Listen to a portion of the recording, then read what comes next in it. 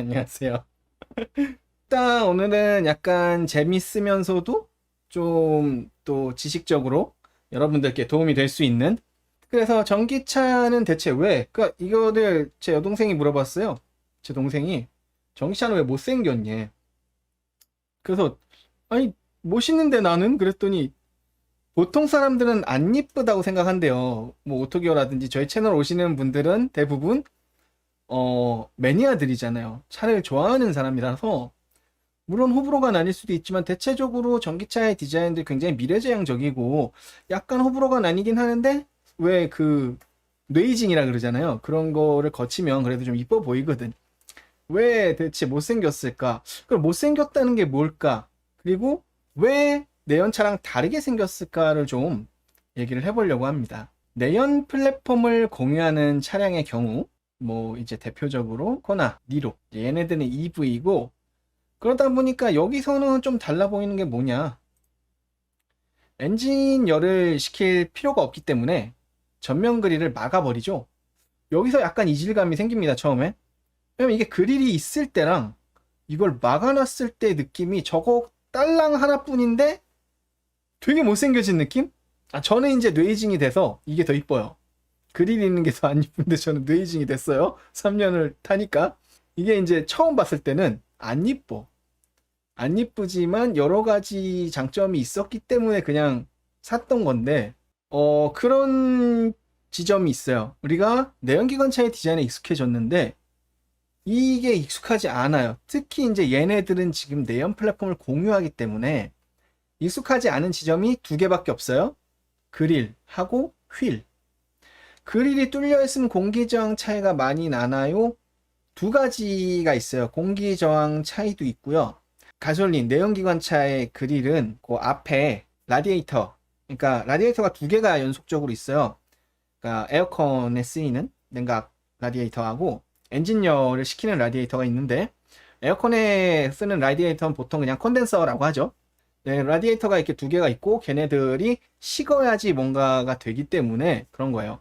그래서 엄밀히 말하면 전기차도 그릴이 완전히 막혀 있진 않아요. 여기에 덕트가 있어요. 전면 덕트가 있어요. 아직 하부에 남아있어요. 이건 왜 있냐? 에어컨 때문에 있는 거예요. 그리고 그 라디에이터가 이렇게 평면으로 이렇게 막혀 있단 말이에요. 그러니까 전방에서 이제 들어오는 바람을 다 그대로 맞고 가는 거야, 엄밀히 말하면. 그죠?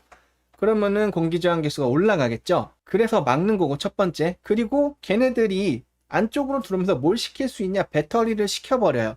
배터리는 너무 식으면 안 돼요. 전자의 움직임이 둔해집니다. 온도가 너무 떨어지면. 네, 그런 이유로 인해서 전면 그릴이 막혀요.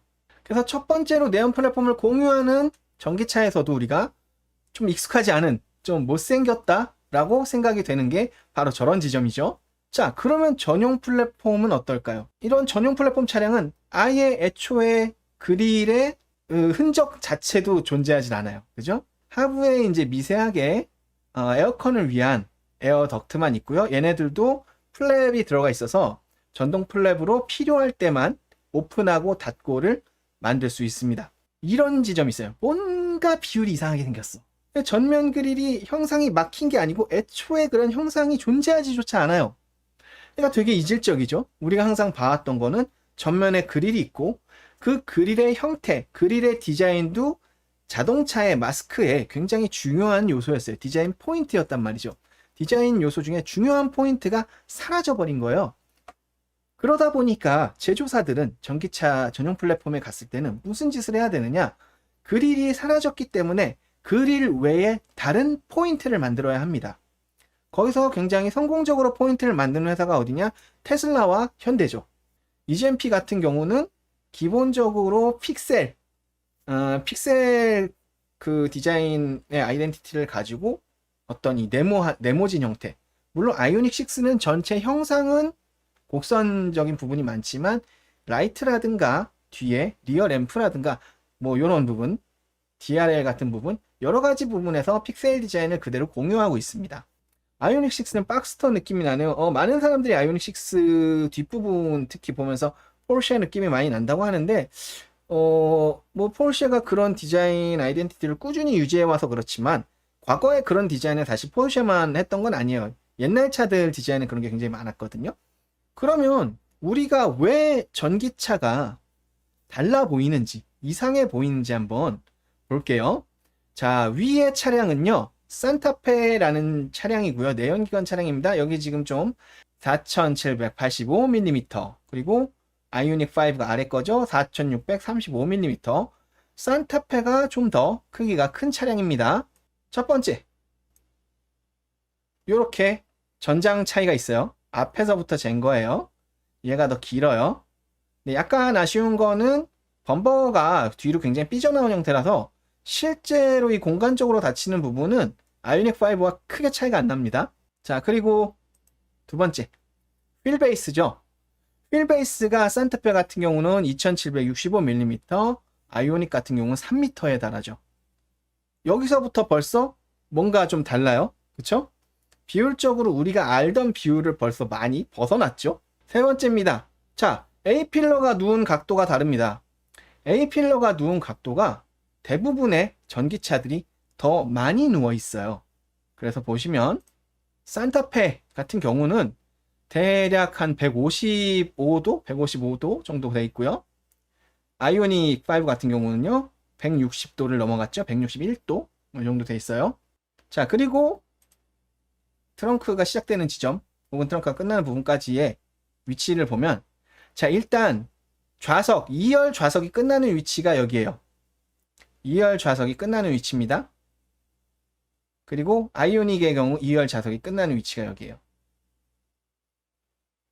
자, 그러다 보니까 실제로 실내에서 운용할 수 있는 공간이 아이오닉이 훨씬 크죠, 지금. 전기차로 오면서 휠베이스를 늘릴 수 있기 때문에, 그리고 후륜구동 자동차의 경우는 요 가운데로 프로펠러 샤프트가 지나는 센터 터널이라는 게 볼록하게 올라오는데, 특히 BMW 차량들이나 대부분 그렇죠. 후륜 차량들은 그것들이 없어져요. 완전히 플랫해지죠. 그러다 보니까 사실 지금 겉에 차량 사이즈로 봤을 땐 산타페가 훨씬 큰 차인데 실제 공간은 아이오닉 5가 훨씬 크죠. 즉 공간을 영위하기 위해서 저런 비율이 돼요. 그리고 이 비율이 또 어느 정도는 강제되는 게 배터리가 들어가는 공간이기 때문에 이 하부가, 이 휠베이스가 늘어날수록 배터리를 많이 넣을 수 있습니다. 자, 그러다 보니까 전기차에서는 단점이 하나 생기는데요. 트렁크 공간이 작아져요. 트렁크 공간이 협소해진다는 단점이 있습니다. 왜냐하면 이 부분 보면 여기서 급격하게 떨어지죠. 거의 대부분의 전기차가, 특히 전용 플랫폼의 전기차들은 여기가 다 급격하게 커브가 떨어져요. 하지만 내연기관차들은 그렇지 않죠. 네, 이런 식으로 됩니다. 그럼 왜 앞에와 같은 형상이 되느냐?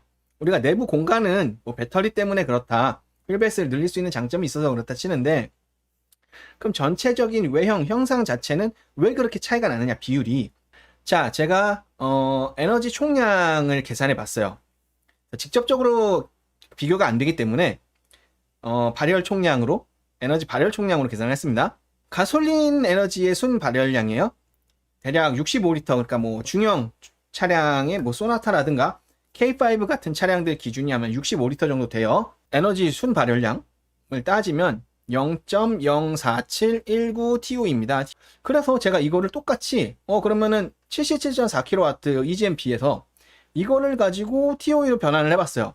전기 에너지 순 발열량. 그러면 0.1772TOE가 나와요. 가솔린 차량이요, 전기차 EGMP보다 에너지 총량이 3.2배 더 크다고 이해를 하시면 됩니다. 그러면 전기차가 지금 EGMP가 뭐 소나타라든가 K5 같은 차량하고 에너지 총량이 같아지려면 배터리가 얼만큼 돼야 되냐? 206kWh의 배터리가 들어가야 돼요. 동일한 에너지 열량을 갖기 위해서는. 그러니까 이게 생각을 해보시면, 그러니까 주행 가는 거리가 어떻게 돼요? 내연차에 비해서 짧은 거죠. 그런데 그러면 실제로 내연차하고 전기차의 주행 가는 거리를 비교해 봅시다. 자, 이렇게 두 개를 비교할 겁니다. 코나 EV 64kWh고요. 코나 1.6 터보 50리터의 연료 탱크를 가지고 있습니다. 자, 코나 EV는 환경부 공인 주행 가능 거리가 406km고요. 코나 1.6 터보 가솔린은요, 공인 복합연비 기준 환산 주행 가능 거리가 550km입니다. 그리고 코나 EV가 대한민국 환경에서 실 주행 가능 거리가 뭐 470km 정도. 그리고 코나 1.6 터보 같은 경우는 실 주행 가능 거리가 638km 정도가 됩니다. 그리고 코나 EV의 경우 최대 주행거리 기록은 1026km. 이거는 굉장히 제한된 속도와 C레이트 제어를 통해서 달성한 거리고요. 가솔린은 저렇게 못해요. 가솔린은 저렇게 변이가 크지 않기 때문에 이게 끝이라고 보시면 됩니다. 자, 그래서 그러면 비교를 해보자. 자, 좀 전에 3.2배라 그랬잖아요. 그죠? 그런데 실제로 몇 배예요? 1.6배예요. 저 차이를 어떻게 줄였을까? 절반으로 줄였죠? 원형 서킷 정속 주행형 77.4랑 65랑 64랑 52랑 이제 비율을 따지면 거의 같거든요, 이게 지금. 근데 3.2배 우리가 에너지 총량이 차이 나야 되는데 1.6배 차이가 났어요. 물론 이거는 이제 같은 플랫폼을 가지고 비교를 했는데, 그럼 실제로 이거가 아니고, 같은 플랫폼이 아니고 전용 플랫폼으로 올라오면서 이 갭이 더 줄거든요. 더 줄어듭니다. 얘랑 얘랑도 벌써 공기 저항에서 차이가 나요. 요 앞에 형상, 이 형상 자체도 차이가 나고요. 이제 요쪽 하부 덕트하고 요 사이드 덕트 형상도 얘가 훨씬 유선형으로 돼 있고요. 휠 같은 경우도요. 얘는 휠이 사이가 숭숭 뚫렸지만 얘는 휠이 다 막혀 있죠. 네, 이런 것들, 이런 것 차이로 저 효율이 올라갑니다. 회생제동과 공력계수 정확해요. 그게 가장 큰 영향을 미치는데, 그래서 뭔 일까지 하느냐, 이런 걸 하는 거예요. 공기 저항을 줄여서 효율을 높이기 위한 유선형 디자인을 만드는 거죠. 아이오닉 6의 풍동실험 모습이에요. 네. 우리 어릴 때 이런 거 보잖아요. 금붕어 왜 물속에서 빠르게 다닐 수 있죠? 물의 저항을 안 받아야 별로 안 받죠. 어떻게 해요? 유선형의 몸체라고 있습니다. 그래서 어류들이나 물에 사는 동물들은 대체적으로 유선형의 몸통을 하고 있죠. 똑같은 이유예요. 우리가 사람이 물에 들어갔을 때 사람은 느립니다. 왜요? 물을 이렇게 헤치고 가야 되는데 그 빠르게 갈 수가 없어. 사람의 형태로는. 그래서 사람 형태로 물속에서 빠르게 가는 방법은 뭐예요? 자명을 하면 유선형에 가까운 형태를 만들 수 있기 때문에 빠르고, 그래서 수영 선수는 꼭 몸이 엄청 근육질이고 좋을 필요가 없다, 오히려. 그렇죠? 이렇게 이제 사이드에서 보니까 얘도 마찬가지죠. 여기서부터 훅 떨어져요. 왜? 유선형을 만들어야지 되기 때문에. 왜? 여기서 직각으로 아까 네온차들처럼 아니면 높게 올라갔다 이렇게 떨어지면 여기에 진공이 생기면서 여기에 공기의 흐름이 흐트러집니다. 그럼 얘네의 진공이 이 차를 잡아당기는 역할을 하고 흐트러진 공기 흐름들이 차를 불안정하게 만들어요. 그렇기 때문에 뒤의 모양 자체도 내연차들과 유사하게 갈 수가 없는 거죠. 자, 그래서 여러분들이 방금 아이오닉 6만 보셨지만 얘도 풍동 실험한 거예요. 아이오닉 5도. 왜? 뭐 때문에? 뒤 때문에. 다시. 자, 보시면 뒤의 흐름 방금 봤어요? 뒤의 흐름이 흐트러지지가 않죠. SUV인데도. 여기 있다.